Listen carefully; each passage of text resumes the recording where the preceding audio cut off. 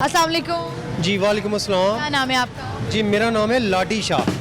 लाडी शाह। लाडी शाह, लाड से निकला है लाडी शाह। तो ये आपका रियल नेम है? मेरा रियल नेम है जुल्फ़कार अली काज़मी, अंदरून लाहौर से ताल्लुक़ है। तो यहाँ के कल्चर में निक नेम चलते हैं। तो मजीद माजा हो जाता है और सईद सूदा हो जाता है, मगर मैं जुल्फ़कार से लाडी हुआ। आप जुल्फ़िकार से जुल्फ़ी क्यों नहीं हुए? क्योंकि माशाल्लाह हम 9 बहन भाई थे, बल्कि हैं।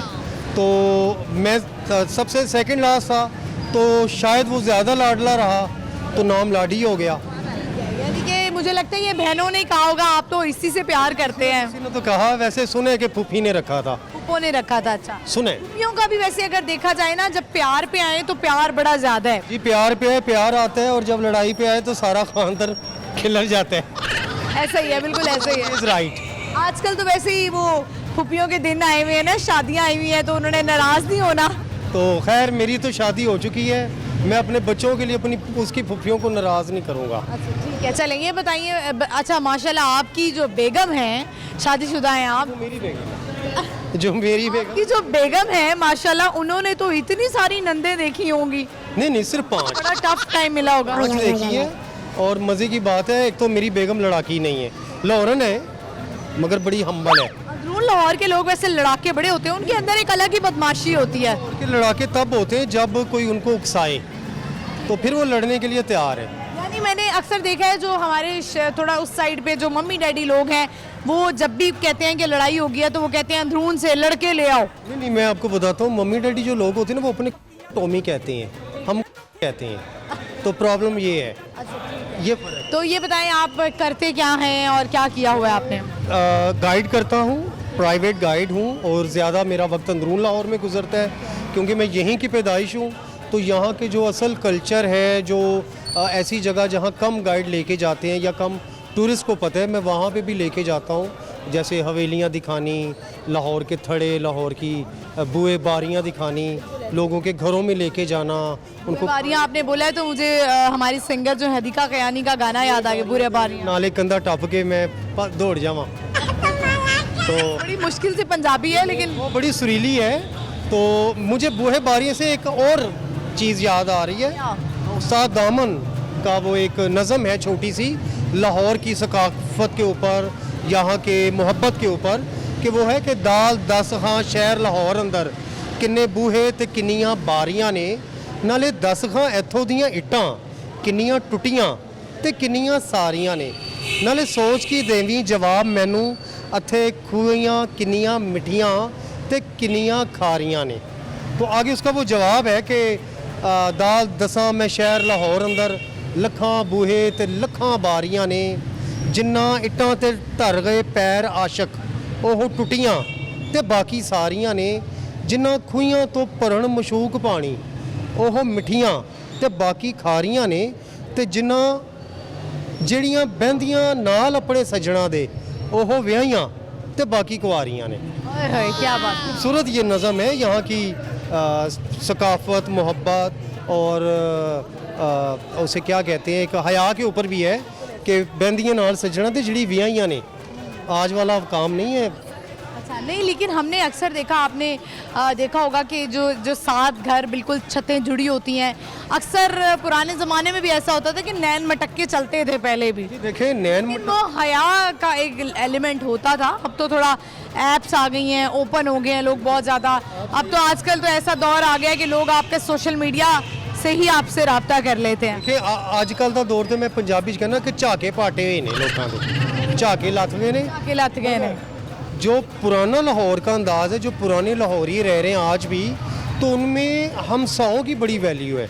और जिन्हों कहते ना हमसाया माँ प्यो जाया, तो वो इसलिए कहा जाता है कि हमसाए की कदर है, आपका खाना पीना, ओढ़ना बिछोना। और मिसाल के तौर पे मेरे घर कोई बीमार हो गया तो रिश्तेदार तो थोड़े दूर रह रहे हैं, लेकिन सबसे पहले हमसाए आते आस है वो हमसाया है, रात के 3 बजे भी हमने उसको उठा देना है। और खाने इसमें मुरव्वत नहीं होती है। आप ऐसे इलाकों में आप बड़े बेमुरव्वत होते हैं और आप दरवाज़ा खटका देते हैं जाके। बल्कि दरवाज़ा ना खटकाएं तो लड़ाई होगी कि सन क्यों नहीं दसिया।